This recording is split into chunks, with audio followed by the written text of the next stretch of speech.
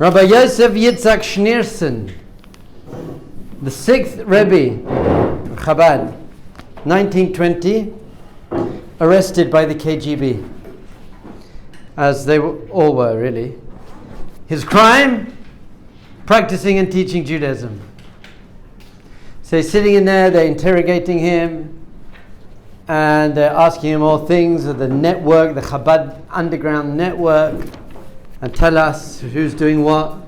He said, I'm not saying anything. So one of the KGB agents pulls out a gun, sticks it in his face and said, my friend, this toy has a way of making people talk.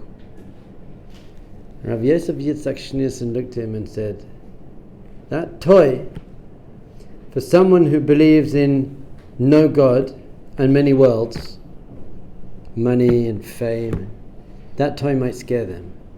But I believe in one God and two worlds. The toy doesn't scare me. BAM! There are two worlds. There's this world and the world to come.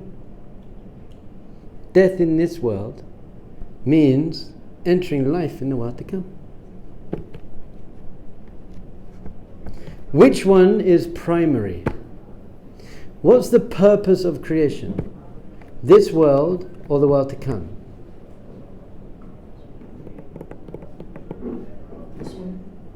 This one is an answer. Does anyone have any other answer? The world to come? Okay. Good. So we have a machlokas. How long does this world last? How long are you going to be in this world? 120 years old. 120. How about the world to come? Eternity. Which one is primary? The 120 years or the eternity? Now they're both necessary, but the whole purpose of our whole existence in this world is to actually build and develop an eternal spiritual reality for ourselves. This world is only a prusdor. A prusdor means a corridor. It's the corridor leading into the palace. The world to come, that's the palace. Now you can't get to the palace without going through the corridor.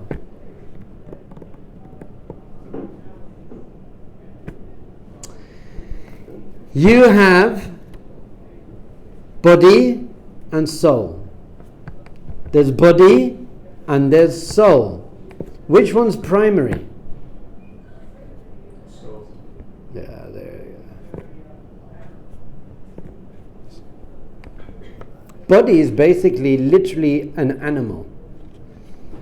Body is just an animal. What's the difference between you and an animal? Some intellect, which we say comes from soul.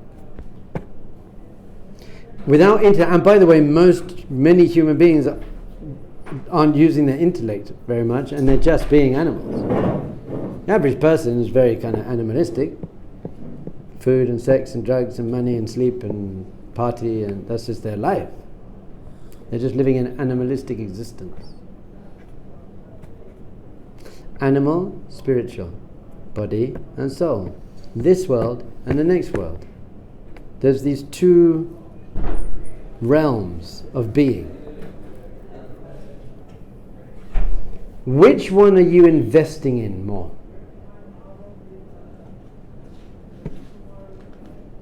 Which one are you investing in more? Now that you're sitting in yeshiva, you're actually doing pretty well. But in general, before you came to yeshiva, how much time, money, effort, energy, and thought,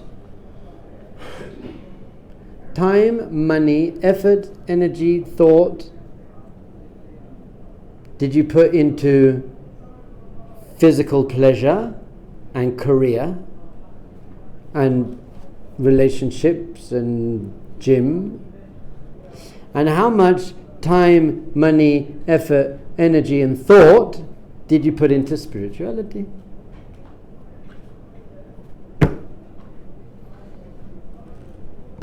Did you spend more time in the gym or in the Beis Midrash?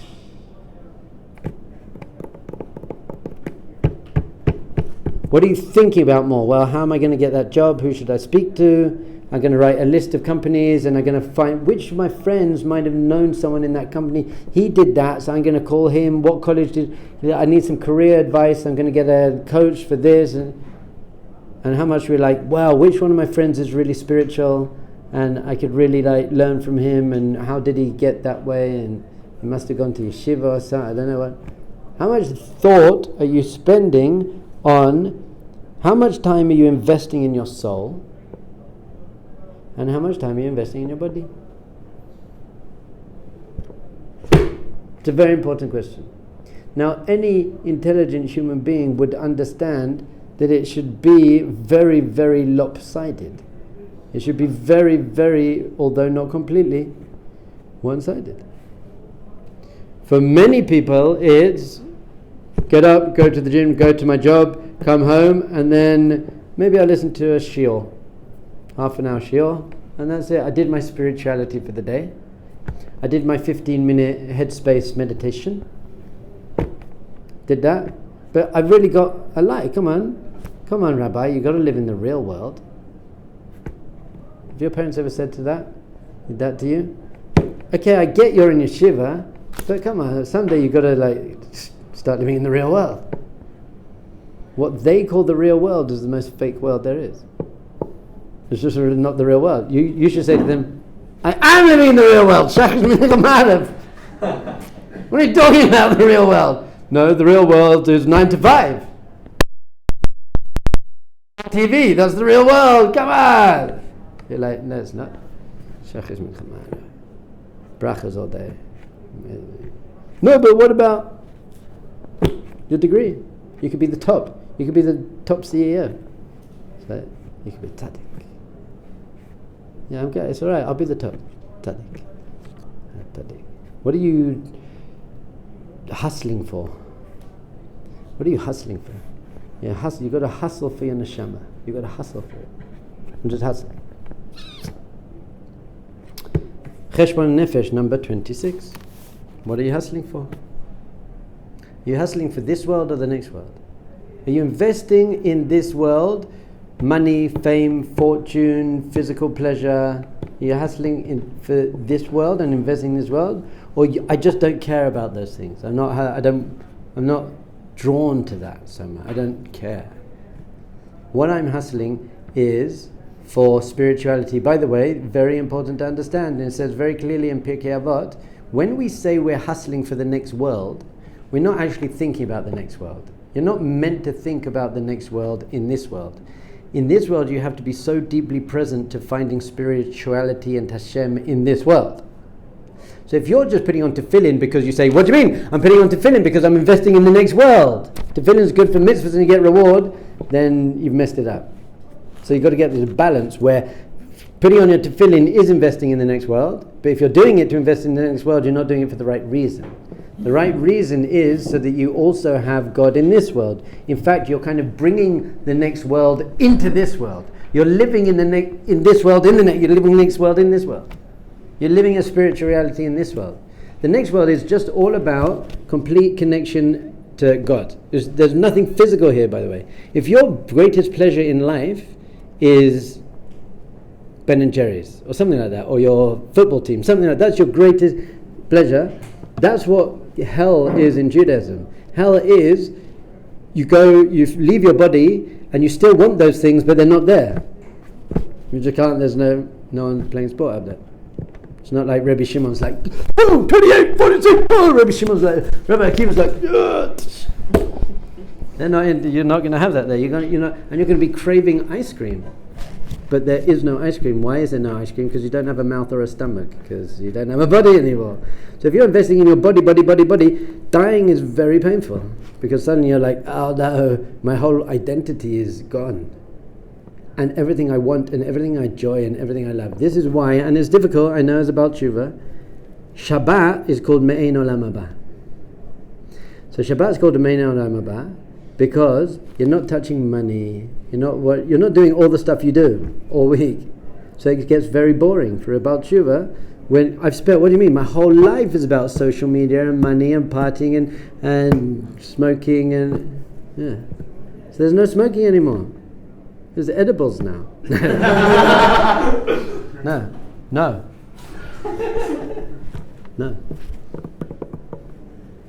So for many people, Shabbat, which is meant to be the best day of the week, is actually the worst day of the week. People dread it, and I get it, because what am I going to do? I'm going to sit around and. But for someone who's actually tapped into spirituality and God, everything's a Shabbat. From the minute Shabbat comes out, it's like, what are we doing for Shabbos this week? Shabbos. I just want Shabbos. I love Shabbos. So that's also your relationship with what are you focused on? Just this world, because Shabbos is taking you out of this world. It's called Me'ein Olam Haba. It's a taste of the world to come, because you're not engaged in those things. It's cool. What are you investing in? It must be very, very, very clear to you that just investing, we say this a lot, your body, what does your body ego want and what does your soul want? Come on. I've said this 10,000 times. Your body ego wants two things and your soul wants two things.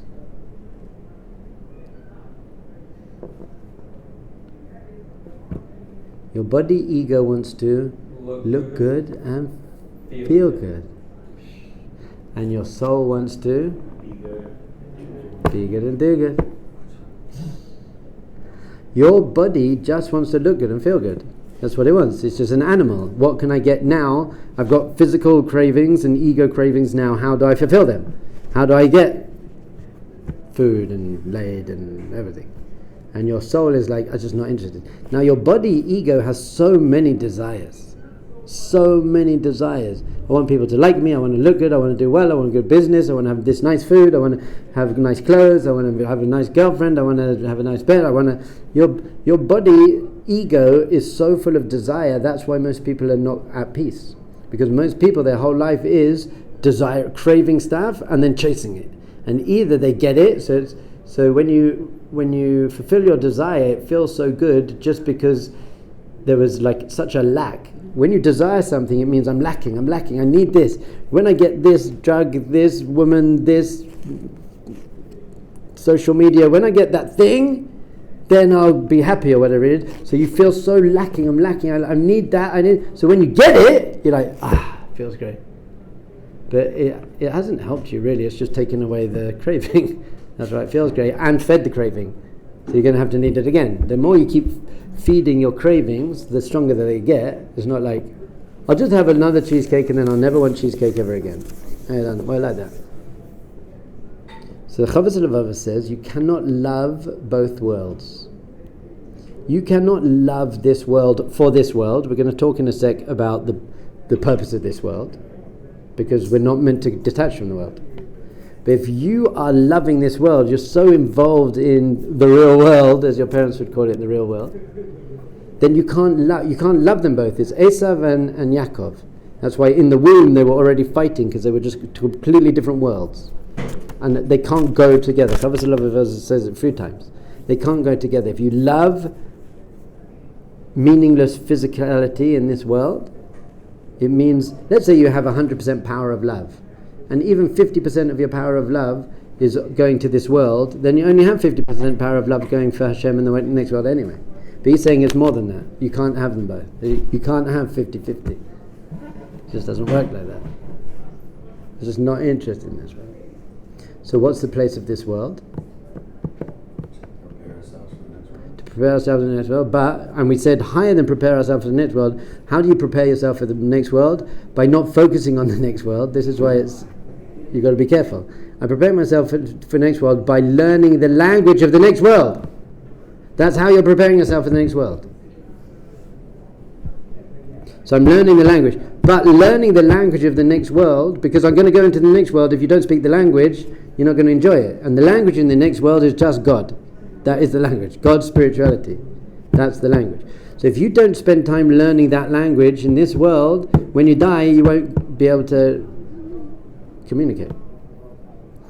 But we say more than that, learning that language in this world makes this world better too. People who are completely focused on God and holiness are happier than people who are totally focused on food and money. They're just happy. It works in this world as well. So you've got to be very careful when you hear teachings like this, that it's not about this world, it's about the next world, that it's about this world to get to the next world. And it flips that if you're doing it only for the next world, you're not doing it. Nice?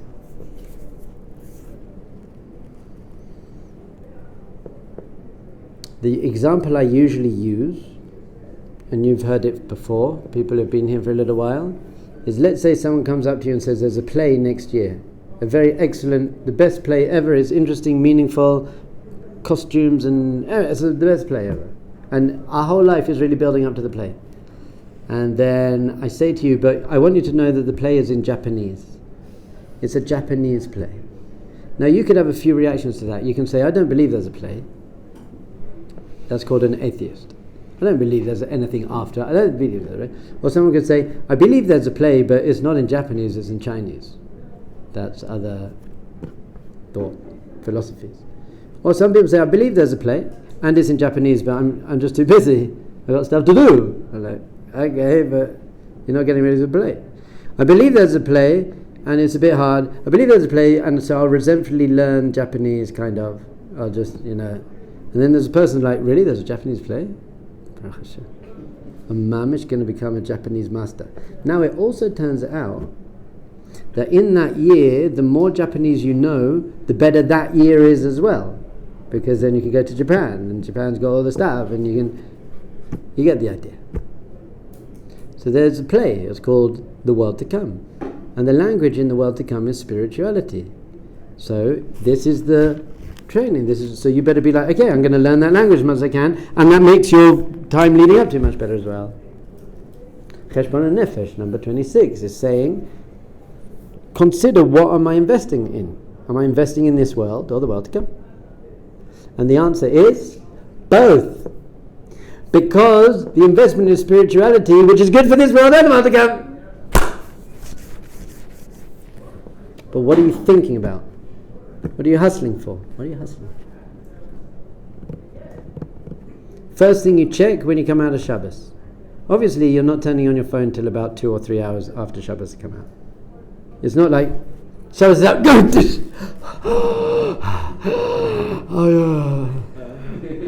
You're not doing that. There's at least an hour and a half after Shabbos has come out where you're not going near your phone. In fact, I feel like I don't want to touch. The second I touch my phone, I'm sucked back in. And I turned on my phone at like 11:30 last night. Right? First thing I checked on my phone was football results. No, that wasn't the first thing I checked. My mum, how is she doing? Does she need me? What classes I have to give this week, what preparation I have to do. And then when I went to the bathroom, I checked the football results. So you got to understand what are you excited about. And then he says, however, be very careful to not go over the board with prishut. Prishut means separating from this world. Prishut means separating from this world. And he's saying some people who think they're very holy go too far. And they roll in snow and sit on their own and fast a lot. And he says that's not our path. That's not our path. You have to take care of your body. You have to invest in your body. Your body has needs and your soul has needs. It just so happens that most people are only concerned with their bodily needs. And they forget about their soul needs. Judaism says no. It's all about your soul needs, but you know what else your soul needs? Your soul needs a healthy body. So you have to look after your body. You have to give it what it needs. You have to eat well. You have to sleep well. Wow, the next Shah is Shah Prishut. You don't want to learn that with me. The next gate is the gate of detachment from worldly stuff. Not one you want to learn with me. You won't be eating ever again. Here we go. Right, food is for humans. Oh, hold on. I think this is number 25. Did you know that? And you were like, hold on, where'd 25 go? Sorry, it's not 26, it's 25, everyone. Number 25, strengthen and promote the soul, you must train it. Here we go. So he says this. don't go to extremes, and don't try and be a bigger tzaddik. Don't think you're a bigger tzaddik than you are.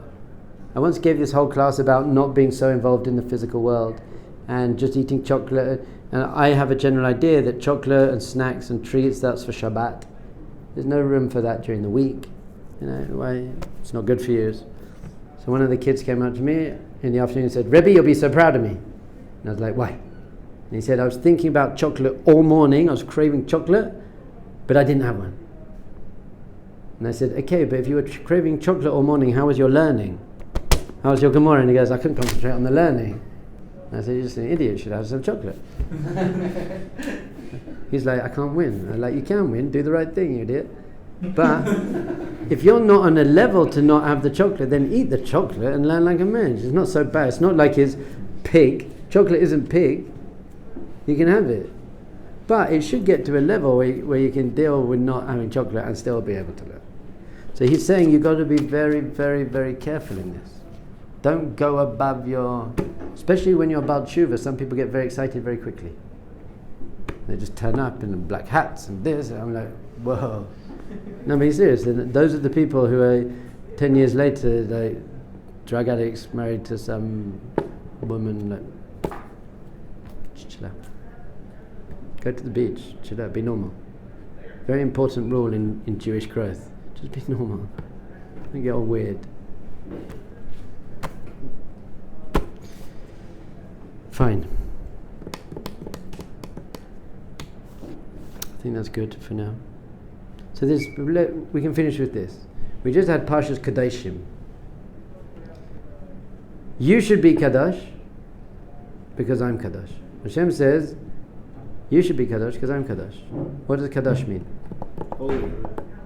No, that's the translation. I asked you what it means. Kadosh, be Kadosh. We've spoken about this many times. What does it mean to be Kadosh? So does Kadosh mean separate? Everyone, Kadosh means separate. That's what you learn in yeshiva. You know you say at least 4 times a day this verse. Kadosh, Kadosh, Kadosh, Hashem Sevakot, Melo Chol Haaretz Kvodo. You say that at least 4 times a day. What does that mean? Holy, holy, holy, God of the armies. Hashem Sevakot, that's the whole thing you're saying. Melo Chol Haaretz Kvodo. What does that mean? The whole world is full of your kavod. Does that sound separate to you? Separate, separate, separate. The whole world is filled with you. Holy can't mean separate. But our sages say that holy means separate as well. So what's going on? There's something called separateness in order for intimacy.